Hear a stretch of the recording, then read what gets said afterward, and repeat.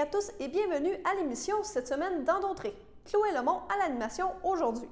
Durant cette émission, nous reviendrons sur des nouvelles marquantes de la dernière semaine. Notre actualité cette semaine, les élections fédérales sont maintenant lancées.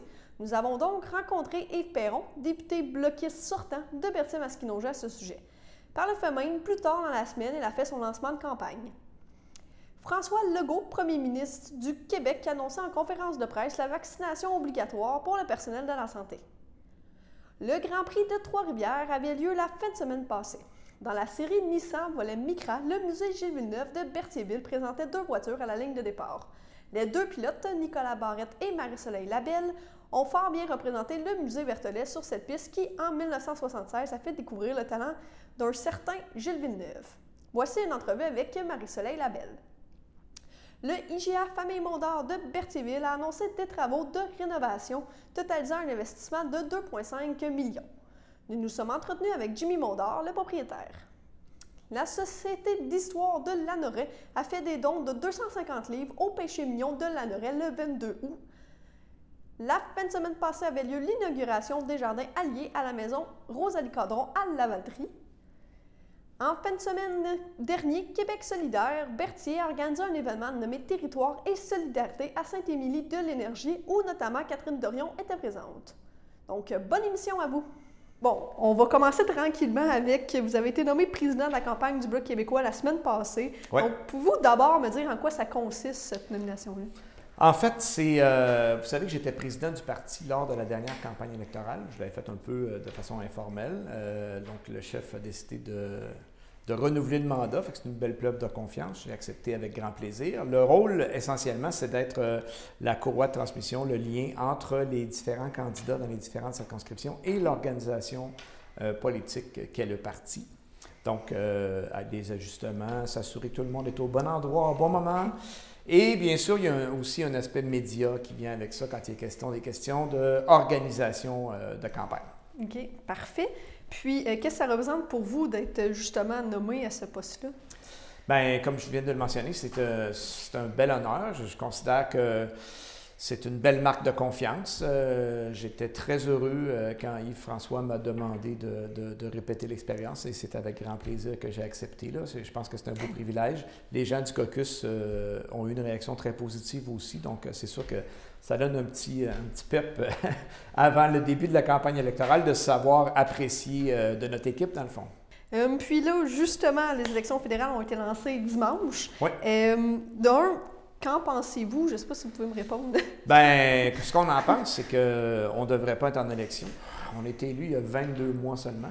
On est en pleine pandémie, en direction de la 4e vague. Même, je vous dis, en direction, on est pas mal dedans, selon les chiffres qu'on a. Ça augmente. Bien sûr, la population est vaccinée de façon plus adéquate qu'avant. Par contre, il y a beaucoup de gens qui sont encore non vaccinés ou qui ont encore seulement une seule dose. Et là, on va prendre, bien évidemment, plus de risques qu'on aurait pris si on avait continué à faire notre travail de parlementaire. Fait que nous, on a toujours décrié cette décision-là comme étant irresponsable et, dans le fond, vouée à satisfaire les intérêts personnels et les ambitions de M. Trudeau. Fait que on le déplore, puis on pense que, de toute façon, il va avoir à rendre compte à la population. J'invite la population à s'en souvenir dans 5 semaines. Si le monsieur n'était pas obligé de déclencher les élections, le Parlement fonctionnait très, très bien. Hein? On était en train on arrivait à faire des compromis. Vous savez que nous, on est quand même contents d'aller voir les gens dans la population. On aime ça, faire campagne électorale. On avait le goût de faire une campagne électorale. La question n'est pas là. Non, c'est ça. La question, c'est quoi qui est le mieux à faire? À chaque fois qu'on a une décision à prendre au Bloc québécois, le premier critère, c'est quel est l'intérêt commun?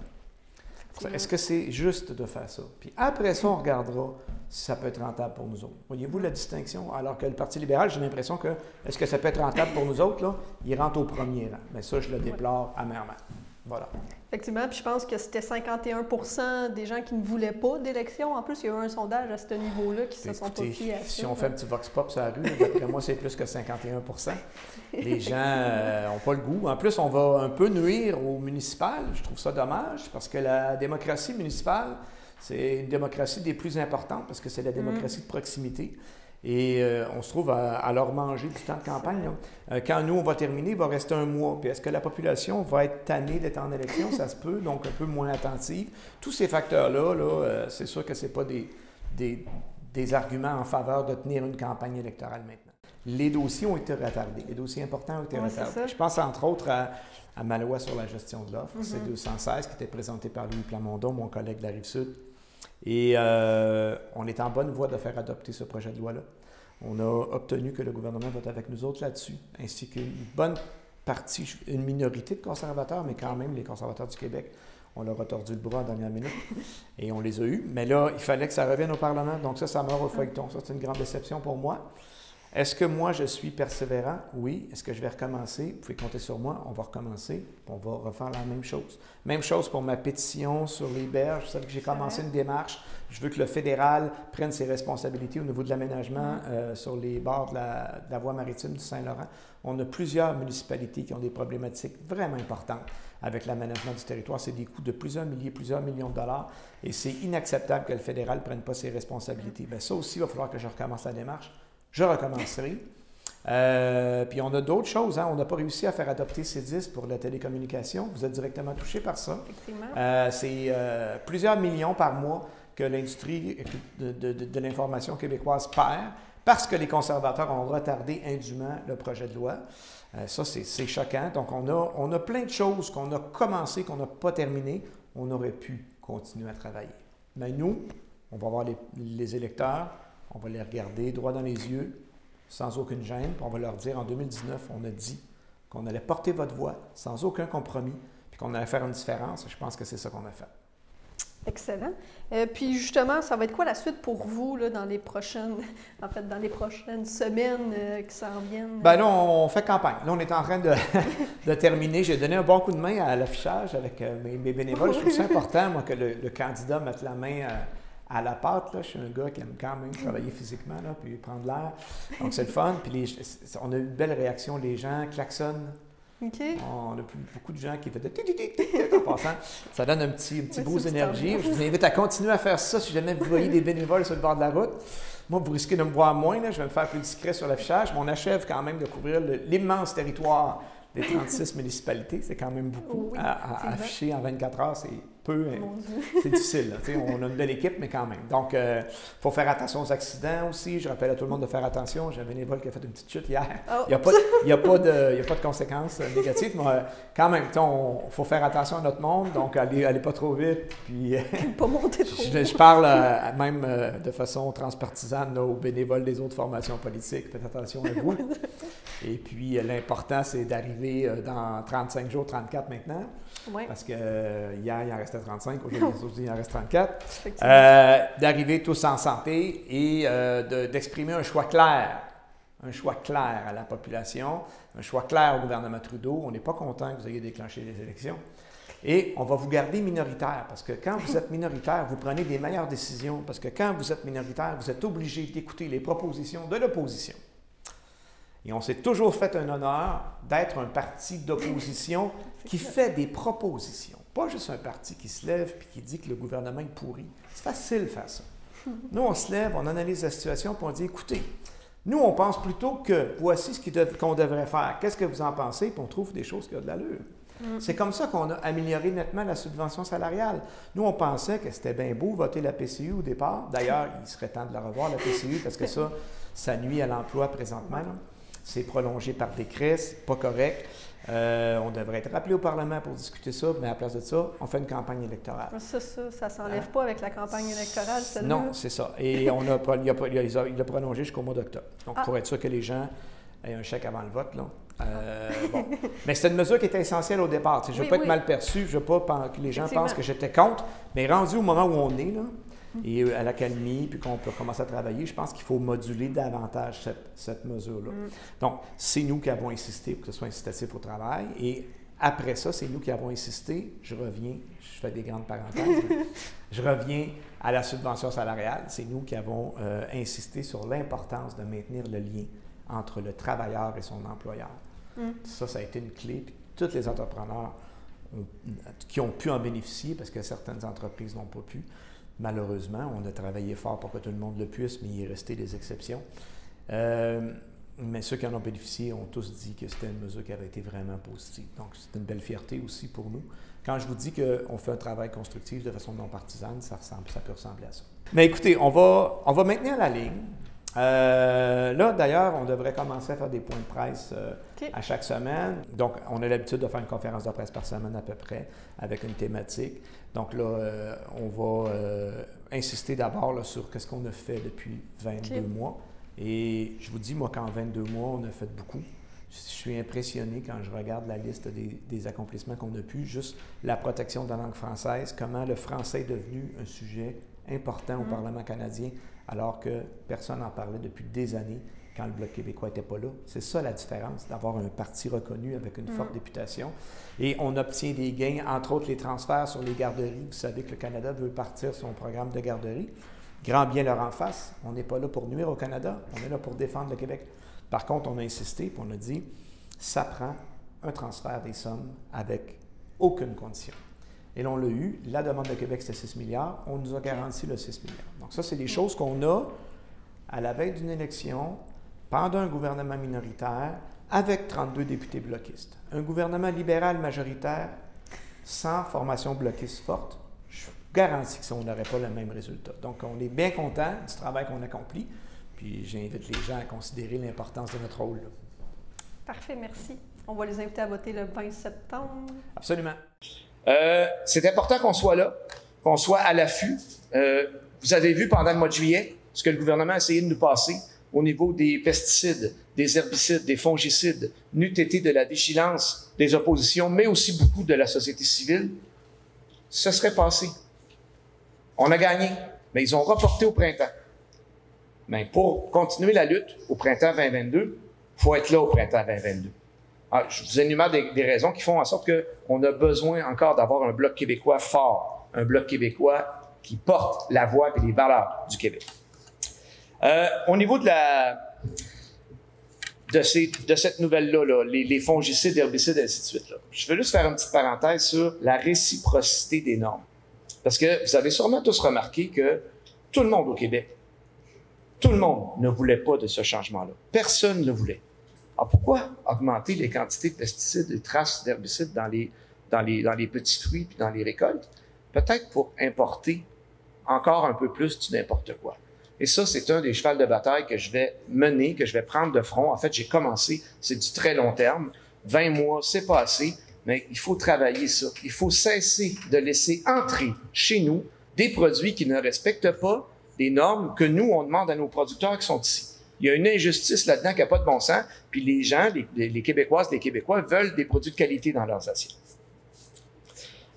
Pour ce qui est de ma fonction au Bloc, vous savez que j'avais joué déjà un rôle très important dans la réunification de notre formation politique avant la dernière élection et que je suis reconnu par mon chef et par tous, dans le fond, comme étant une personne qui est rassembleuse, une personne aussi qui est très habile dans la médiation.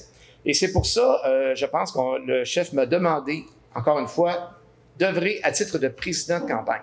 C'est un très grand honneur pour moi de le faire. C'est un beau privilège. Je vais être bien honnête avec vous. J'y avais pas pensé, je m'y attendais pas, parce que pour moi, la fonction de président faisait partie de mon passé. Mais c'est un titre que j'aime bien. Et j'ai commencé d'ailleurs à faire des contacts avec les multiples candidats dans les multiples circonscriptions. Puis je vous dis qu'on a une fichue belle équipe à présenter à l'ensemble du Québec. À travers tout ça, bien sûr, je travaillerai beaucoup, vous l'avez deviné. Bien sûr, je suis appelé à avoir peut-être un rôle un peu plus médiatique au niveau national dans certaines circonstances. Mais il y a une chose que je peux vous assurer, c'est que je ne négligerai pas ma campagne d'Albertier-Masquinongé. J'adore la circonscription, j'adore les gens qui l'habitent, j'adore la parcourir. On en fait des kilomètres quand on est député d'une circonscription rurale. Laissez-moi vous en parler. Et c'est merveilleux. Donc, ne vous inquiétez pas, on sera là présent. Mes fonctions de président là, peuvent se faire pas mal au téléphone pendant les trajets, en fait. Donc, il n'y a pas de contradiction là-dedans. Au Bloc québécois, pourquoi on demande un autre mandat? Pourquoi on demande un autre mandat? Puis pourquoi on est si confiant? C'est parce qu'en 2019, on a dit aux gens, écoutez, nous, on va aller porter votre voix, porter vos valeurs. puis défendre vos intérêts sans aucun compromis et faire la promotion de vos intérêts. Bien sûr, l'intérêt suprême du Québec, c'est son indépendance. Donc, évidemment, on en parle très régulièrement également. Et pourquoi on est confiant dans la campagne? C'est parce qu'on revient voir les gens, puis on a fait ce qu'on allait dire qu'on allait faire. Ça, c'est très agréable comme sentiment. On retourne voir les gens, on les regarde dans les yeux, puis on leur dit, écoutez, je vous avais dit ça, voici ce que j'ai fait. Je vous avais dit que j'allais travailler, voici mon bilan. Donc, c'est très confiant qu'on y va, bien sûr, avec humilité. On sait que ça repose entre les mains de la population. C'est pour ça qu'on leur demande un nouveau mandat. Mais notre façon de faire l'opposition, qui est constructive, hein, c'est pas juste se lever et dire le gouvernement est pas bon. C'est se lever et dire, écoutez, nous, on pense que c'est pas tout à fait ça qu'il faut faire. Voici la solution qu'on propose. Qu'en pensez-vous? C'est arrivé, entre autres, dans le cas de la subvention salariale. C'est arrivé, entre autres, dans le cas de l'aluminium. C'est arrivé dans un paquet de circonstances où est-ce que on a fait une différence de façon très constructive. Et c'est ce genre de travail-là. Puis quand je me promène sur le terrain, les gens me disent, on apprécie votre travail, votre chef, puis vous parlez de façon intelligente et vous proposez des choses, vous élevez le débat. Ça, c'est très agréable de se faire dire ça sur un coin de rue. C'est que les personnes qui sont pas vaccinées, c'est la majorité des gens qui se retrouvent avec le virus puis qui se retrouvent à l'hôpital. Donc, on est vraiment avec un vaccin ou des vaccins qui fonctionnent bien. Les vaccins, là, on a pu démontrer au Québec et à peu près partout dans le monde que ça réduit les risques d'avoir la COVID. Puis si jamais on a la COVID, ça réduit les risques d'avoir des conséquences graves qui nous amènent à une hospitalisation. Donc, je reviens sur la vaccination. On est rendu à 85% des Québécois qui ont accepté d'avoir au moins une dose. Ça veut dire qu'il y a quand même une forte adhésion, 85% de tous les Québécois de 12 ans et plus. C'est quand même extraordinaire, mais malgré ça, on le voit, il y a une quatrième vague, puis le Québec sera malheureusement pas épargné. C'est pour ça que j'avais entrepris la semaine dernière une tournée des régions du Québec, une tournée que je vais suspendre, parce que je veux effectivement être capable là, de recommencer avec Christian, avec le docteur Arruda, malheureusement expliquer qu'il faut être prudent, peut-être même plus prudent que jamais. Et il faut aussi tenir compte du fait que dans 2 semaines, très bientôt ça, il va y avoir le retour à l'école. Puis ben, c'est clair, encore là, du côté des experts, qu'il va y avoir plus de contacts. Et puis même si les jeunes sont moins à risque, il reste qu'ils ne sont pas totalement hors risque. Puis en plus, ils peuvent être des transmetteurs du virus. Donc, on peut s'attendre qu'avec la rentrée scolaire, ça va augmenter le nombre de contacts et donc augmenter le nombre de cas, le nombre d'hospitalisations. C'est pour ça que Christian insiste autant sur l'importance, bon, ceux qui n'ont pas leur première dose, d'aller la chercher le plus vite possible, puis ceux qui n'ont pas leur deuxième dose, de la devancer avant le 1er septembre. Maintenant, bon, pour ce qui est des travailleurs de la santé, bon, on le sait, à peu près 90% du personnel du réseau de la santé est vacciné, mais le 10% qui reste, il y a un risque réel. Selon la santé publique, une infirmière, un soignant, une soignante peut, malgré le matériel, transmettre le virus à un patient qui est vulnérable. Et je comprends là, que c'est une décision qui n'est pas facile, mais on va rendre la vaccination obligatoire pour le personnel de la santé seulement. Ce n'est pas une décision, je vous avoue, qui est facile. C'est une des raisons là, pourquoi je reviens à Québec. Contrairement au passeport vaccinal, on touche à 2 choses en rendant la vaccination obligatoire pour le personnel de la santé. On touche à l'intégrité physique. Donc, on vient dire à des gens, c'est pas volontaire, là, vous êtes obligés vaccinés.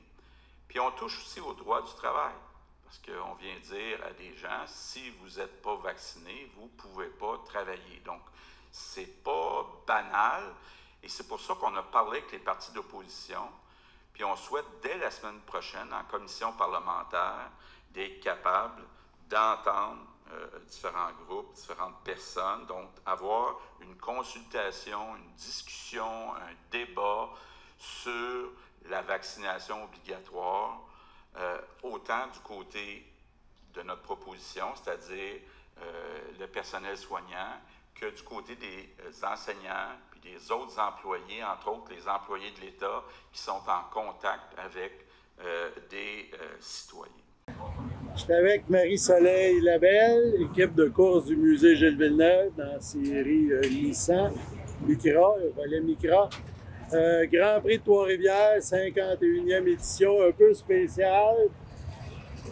Peu de public, en tout cas personne à part les équipes dans les paddocks, ce qui n'est pas normal à Trois-Rivières. Normalement, c'est plein de monde, donc ça fait une ambiance un petit peu particulière. Toi, c'est une première expérience au Grand Prix de Trois-Rivières. Une première expérience, je pense, une course où c'est des murs partout. Ça s'est vécu comment, ce temps de piste-là, en ce vendredi 13? Oui, effectivement. Au début, c'est sûr que je suis un petit peu nerveuse parce que des murs, c'est assez intimidant, ils vont toujours être là. Puis si, tu décales un peu, tu le frappes, ça peut être assez... ça peut détruire ton auto. La première pratique, elle s'est super bien passée. Je suis vraiment contente. Les temps au début, j'ai pris du rythme à fur et à mesure. On n'était pas rapide au début, mais à la fin, je prenais du rythme. Puis, pour de vrai, j'aime vraiment la piste. Même si c'est de rue, il y a des petites bosses à certains endroits. Je trouve que c'est vraiment le fun. Puis, je pensais que les murs allaient être plus imposants. C'est sûr qu'il y a 2-3 petits coins, peut-être que c'est plus imposant que d'autres, mais ça s'est super bien passé. Ça regarde bien pour la course du samedi, la course du dimanche. Donc, la glace est brisée, même s'il fait 40 degrés probablement. Oui, je pense que ça a bien été, puis c'était juste d'y aller une fois, puis là, d'y retourner, ça va être correct. La voiture, ça se comportait bien? Oui, la voiture, elle allait super bien. Il fait super chaud, donc les pneus ont collé tout de suite sur la piste, donc même pas vraiment besoin... Bien, c'était sûr, je devais les réchauffer un peu, mais ça a super bien collé. Je me sentais à l'aise, puis elle allait bien, ouais. Les setups étaient bons. Jusqu'à maintenant, l'an dernier, puis début d'année, c'était des pistes comme le Mont-Tremblant, où il y a chez Icare, il n'y a pas vraiment de mur, il y en a un petit peu, là, mais... Ouais. Donc, c'est vraiment une autre sorte de course. Oui, c'est sûr que, par exemple, si on prend Mont-Tremblant, le circuit, il y a beaucoup de plans inclinés, tandis qu'ici, c'est plat, il y a peut-être des élévations, mais c'était pas si pire. Puis, honnêtement, c'est une piste intéressante à conduire. Je pense qu'il faut le faire quand on vient du Québec puis on pilote des voitures. Tantôt, on a dit c'est l'équipe musée Gilles Villeneuve. C'est une piste où Gilles Villeneuve a gagné, où Jacques Villeneuve, son frère, a gagné, où Jacques Fils a roulé. Ouais. Aussi invité par le Grand Prix. Ça doit être un peu spécial aussi de rouler sur un circuit mythique comme ça. Bien, c'est certain, là, c'est historique. Je pense que c'est une piste qu'il faut faire. C'est un gros événement. C'est sûr qu'à cause de la COVID, c'est décevant. Que ça ne soit pas nécessairement comme d'habitude. Mais je suis super aussi contente et fière d'être là. Je veux dire, Gilles Villeneuve le conduit, cette piste-là, donc pourquoi pas. Dans un autre domaine, tantôt, j'ai dit on est vendredi 13. Souvent, on dit que les pilotes ont des petites superstitions. T'en as-tu? Bien, c'est sûr qu'à chaque fois que j'embarque sur la piste, j'ai un petit handshake avec mon père pour que tout aille bien, que ça soit sécuritaire, puis qu'il y ait quelque chose à quelque part qui me protège. C'est sûr qu'il y a quand même eu 2 drapeaux rouges en ce vendredi 13, mais pour de vrai, il n'y a rien eu de critique, là, puis tous les pilotes sont corrects. C'est sûr que tout est important.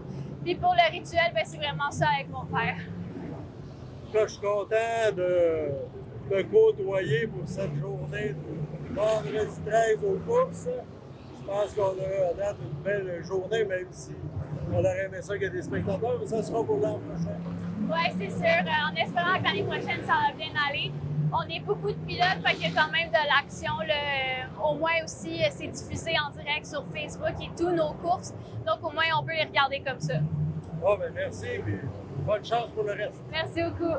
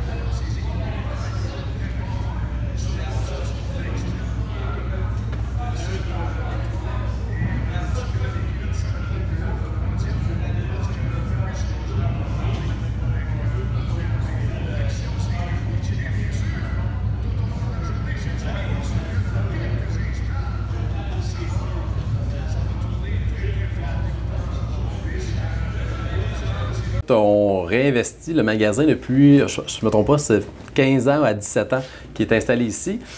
Donc, on était dû pour un petit rafraîchissement. Fait que, tant qu'à en faire un petit, ceux qui me connaissent vont savoir, on en fait, tant qu'à le faire, on en fait un gros. Donc, on met 2,5 millions à l'intérieur du magasin. Donc, on revitalise pas mal tous les départements. Avec aussi des nouveautés qui vont venir s'ajouter à ça, bien sûr. Donc, ça a commencé cette semaine, ça a commencé lundi. On a environ pour 2 mois, mais on reste toujours ouvert pendant les travaux. Là. Il n'y a pas à s'inquiéter personne.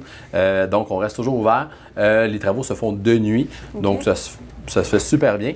Puis, c'est ça, c'est commencé. Fait qu'il y a quand même les gens vont voir qu'il y a des choses qui ont commencé à bouger. Mais plus concrètement, d'ici 2 semaines, on va vraiment les nouveautés arriver. Là, on est encore plus dans le rough qu'on appelle. Là.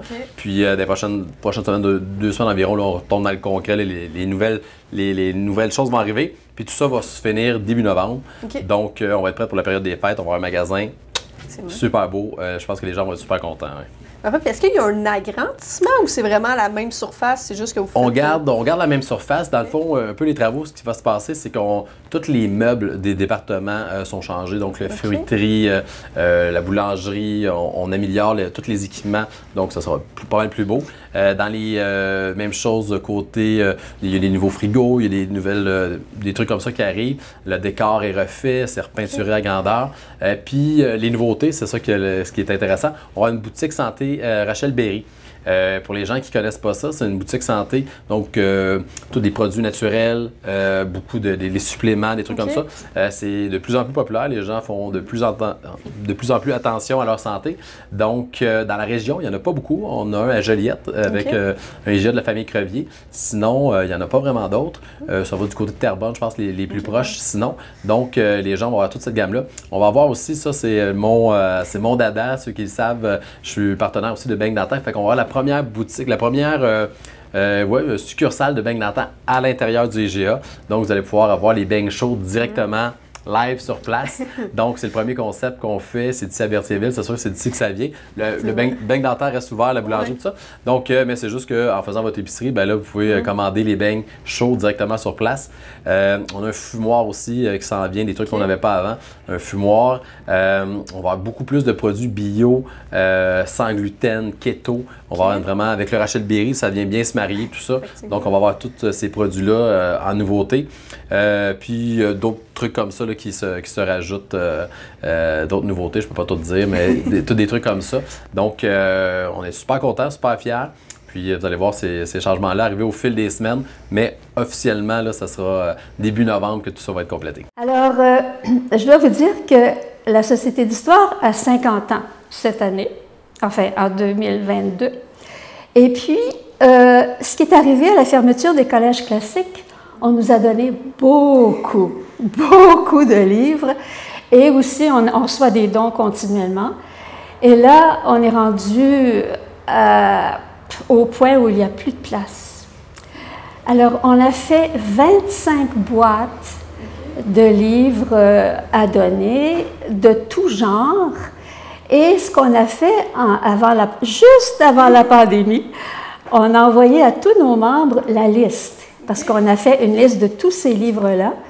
Et on leur a demandé, venez choisir ce que vous voulez. On avait nos boîtes numérotées, et puis bon. Alors, ils sont venus, et puis on a donné au moins 250, ce qui veut dire qu'il y en avait beaucoup. Et il y a de tout. Ce qui est incroyable, c'est qu'on nous a même donné des livres comment faire les choses, comment faire la dentelle, des livres sur la biologie, on a des récits historiques, beaucoup de récits spirituels ou des biographies spirituelles, parce que vu que ça venait des collèges, il y avait à l'époque, hein, comme vous savez, les années 60, et aussi on a sur les arts, les chansons, les musées, on a aussi des romans. Et imaginez-vous que je regardais justement un livre hier, j'ai dit, je vais regarder ça encore. Quelle année était ce livre-là? Et c'est 1878. Et on a quelques livres comme ça qui sont très anciens, ne sont pas toujours en très bonne condition, mais c'est très intéressant d'avoir ça et de lire comment on écrivait à l'époque. On a aussi des livres de poésie, des livres sur les voyages et beaucoup de biographies. Comme ça ici, là, c'est de la littérature canadienne. Et comme vous voyez, ce sont des anciens livres. Malheureusement, on ne pouvait pas tous les garder, surtout si on en avait en double ou en triple, ce qui arrivait souvent. Alors, on a fait un choix pour avoir des livres qui, surtout, concernaient l'histoire du Québec, de la région et plus particulièrement la Noret. Parce qu'il y a d'autres livres, je trouve, justement, c'est pas juste des auteurs canadiens ou québécois, on peut trouver du... Oui, de la France, on en a même de la Russie. Okay. Alors, oui. Et alors, c'est ça. Alors, on a dit, on voulait faire un bazar pendant la pandémie, mais ce n'était pas possible. Alors, on a une table au marché Les Péchés Mignons de la Noret, le 22 août, de 11h du matin à 16h. Et là, nous allons avoir tous ces livres à donner. Et on espère que les gens vont fouiller et puis qu'ils vont apporter des livres chez eux parce que, vous vous souvenez, il y a quelques jours, c'était acheter un livre du Québec. Oui.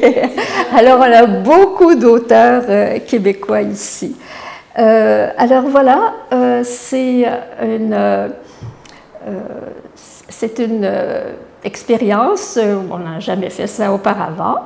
Et il y a quelqu'un qui m'a dit, eh bien vous là, si il vous reste des livres, moi je viendrai les chercher.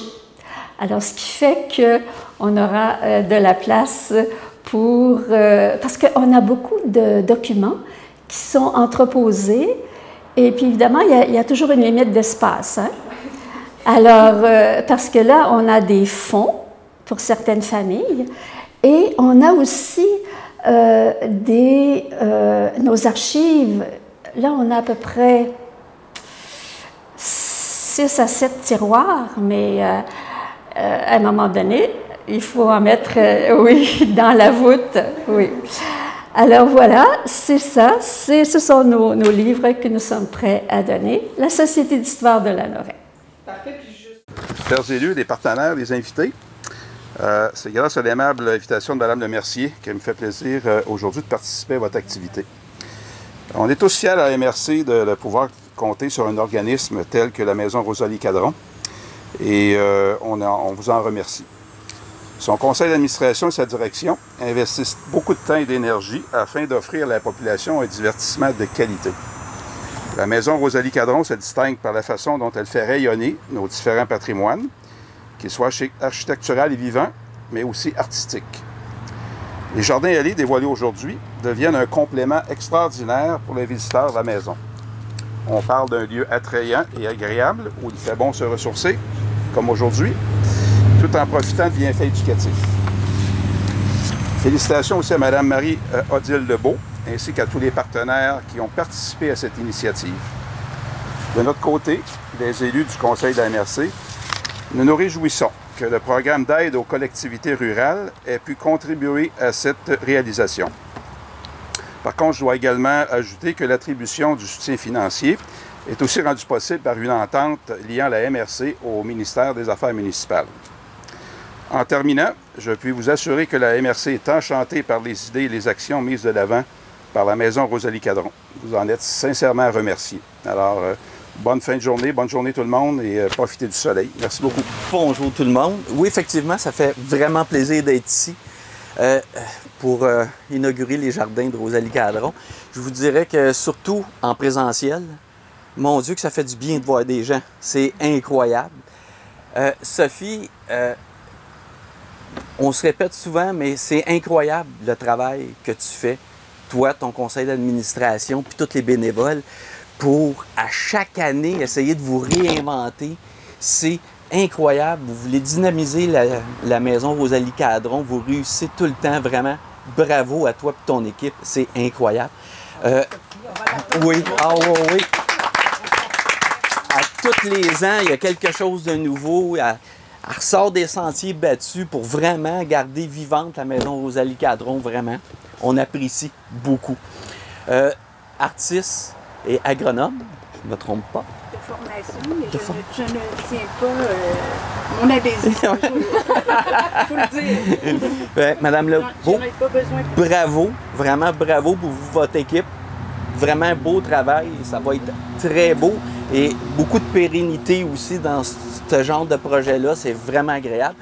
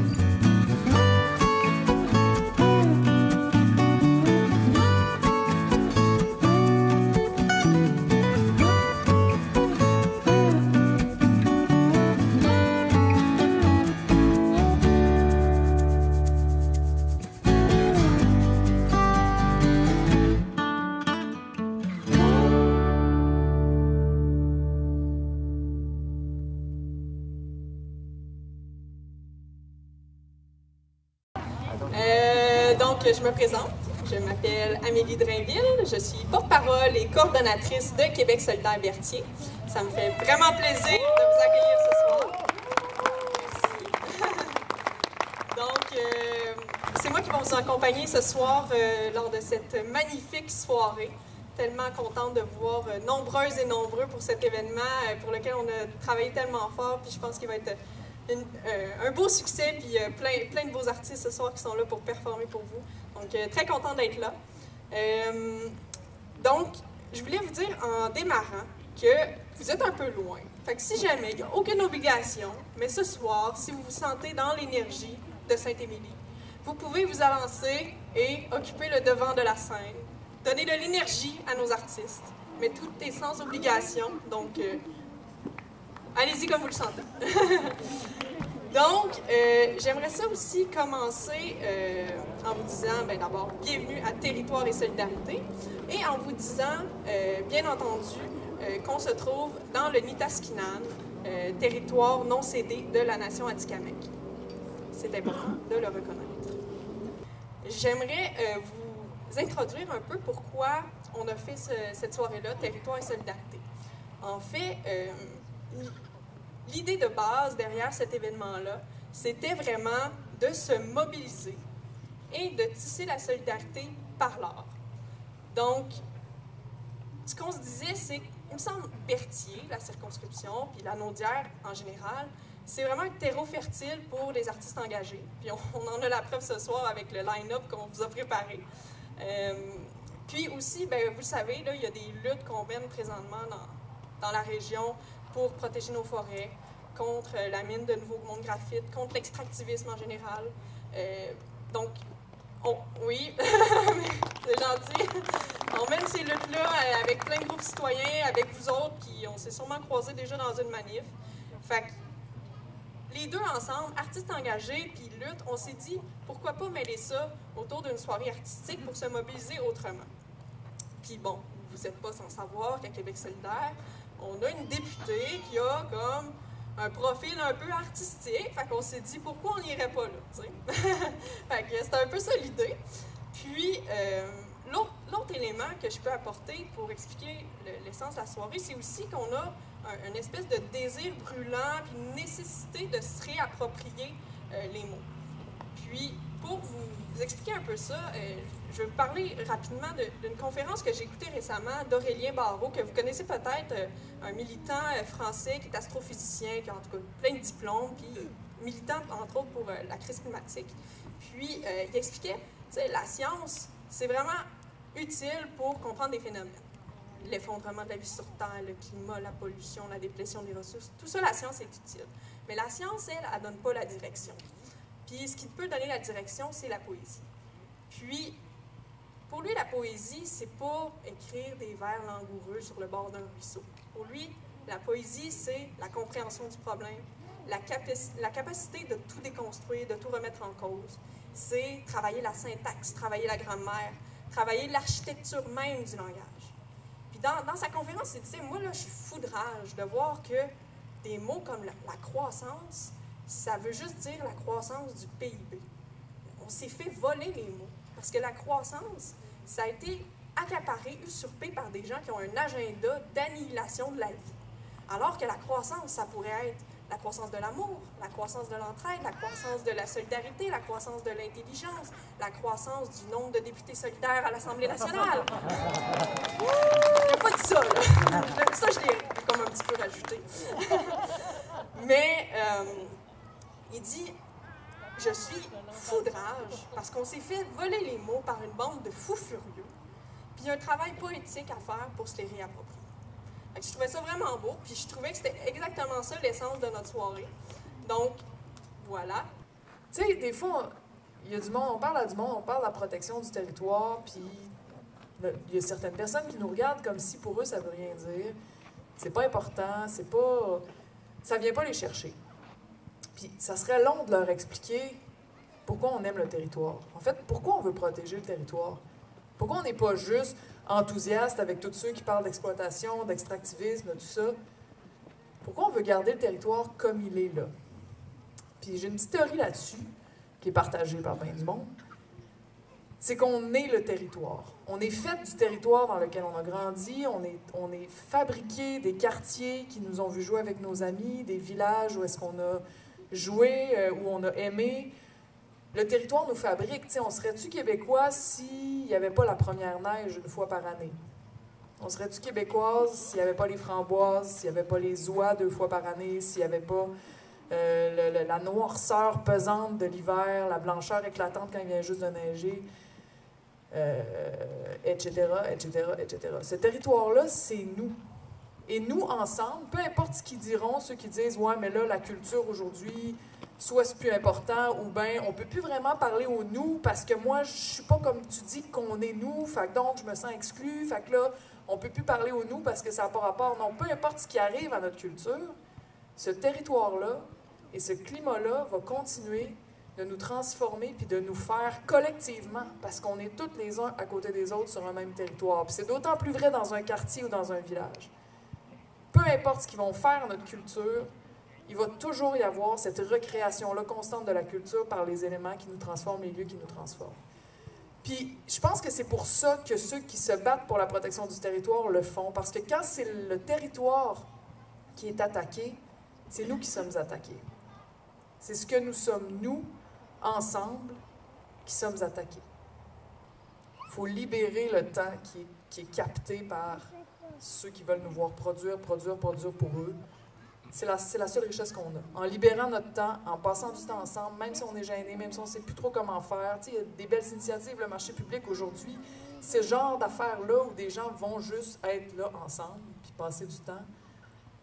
Développons ça, développons-le partout au Québec, partout dans toutes les régions. Il faut le faire. C'est notre porte de salut pour retrouver notre puissance collective.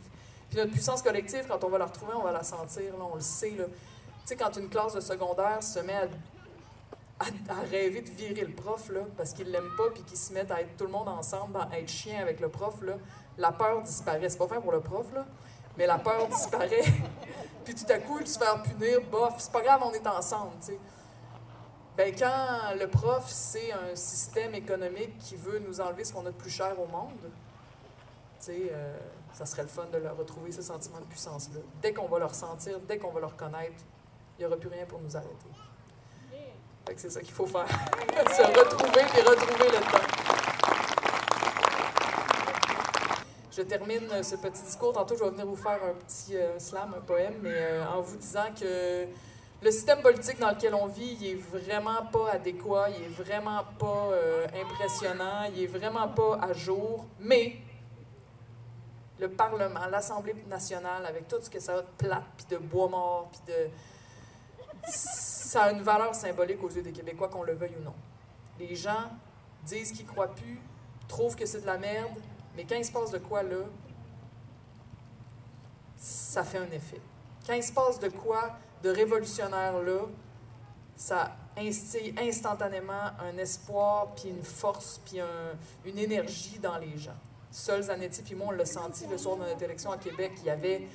Les gens de Québec se disaient « Enfin, ils vont savoir, c'est pas vrai qu'on est une ville de droite, c'est pas vrai qu'on est fini, c'est pas vrai qu'on est juste les radios poubelles, c'est pas vrai, c'est pas vrai, c'est pas vrai, on est en train de naître, on est en train d'émerger. » Puis ça, je le souhaite à toutes les régions du Québec. Je voudrais tellement que tout le monde vive au moins un moment de même, parce que quand tu en as vécu un, t'en veux un deuxième tout de suite. Fait que l'Assemblée nationale, c'est pas si hot que ça, c'est vraiment pas les gros chars par rapport aux grosses puissances qui nous gouvernent réellement, mais il y a une force symbolique certaine là-dedans.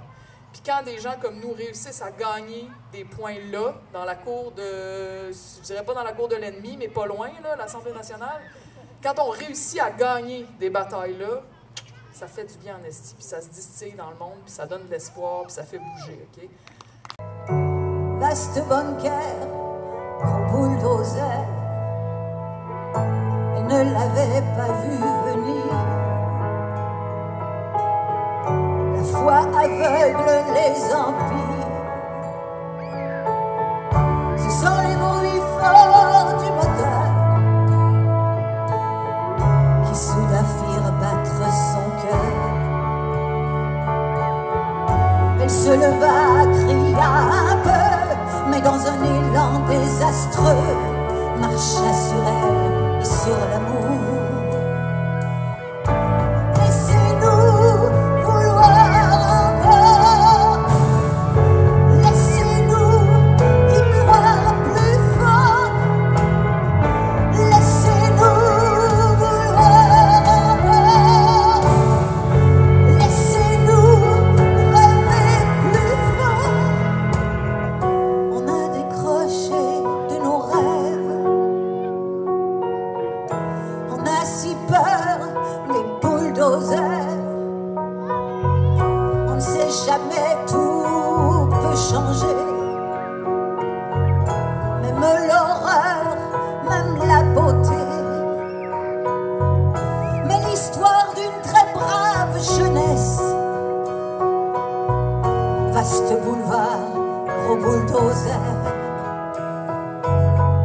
L'histoire dira ce qu'elle voudra, jamais il baisser les bras, se meurt comme on s'aime l'amour.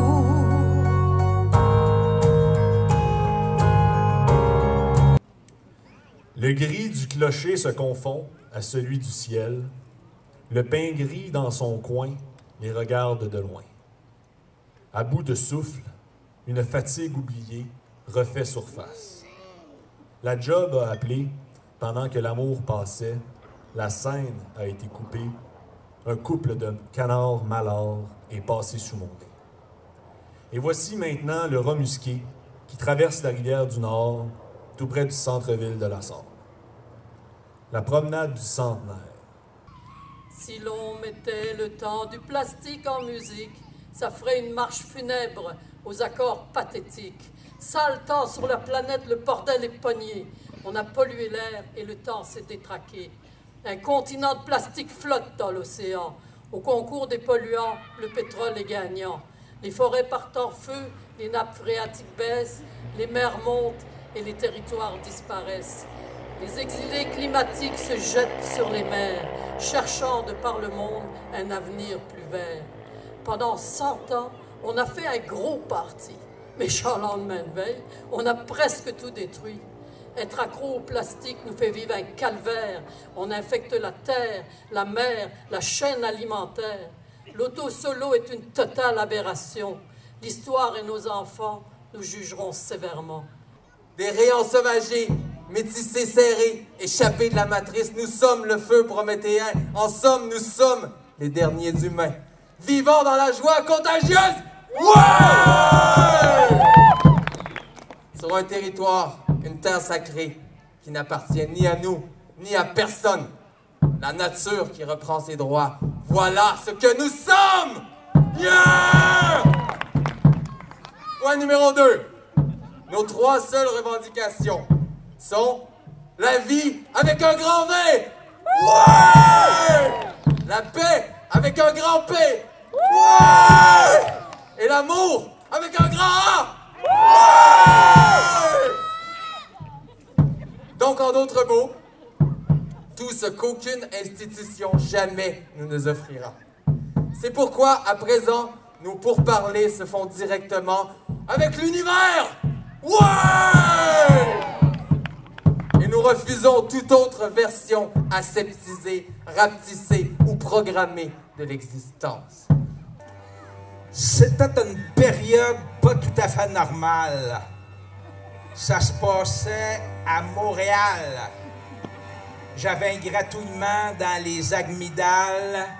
J'avais pas le goût d'aller à l'hôpital. Mais j'ai pogné un méchant moyen virus sur la banquette arrière de l'autobus. Je me suis retrouvé au terminus avec le coronavirus. C'était dans la 139 qui circule sur le boulevard P9. Je m'en allais chez Faneuf. J'ai pogné la COVID-19. Plus être capable d'avancer sans nous déconcentrer jamais, droit vers la vieillesse, droit vers la mort, pour que vous puissiez entretenir cette toxicomanie financière qui vous a bouffé le cœur et qui tente, à grand renfort de cynisme, de bouffer le nôtre. Mais non. Non. Le cœur est notre seul véritable luxe. Notre passion est la seule arme qui puisse faire face à votre ironie dégueulasse et à votre argent. Alors non, nous allons la garder serrée contre nous. Nous allons l'aiguiser, nous allons dessouler et nous allons nous en servir.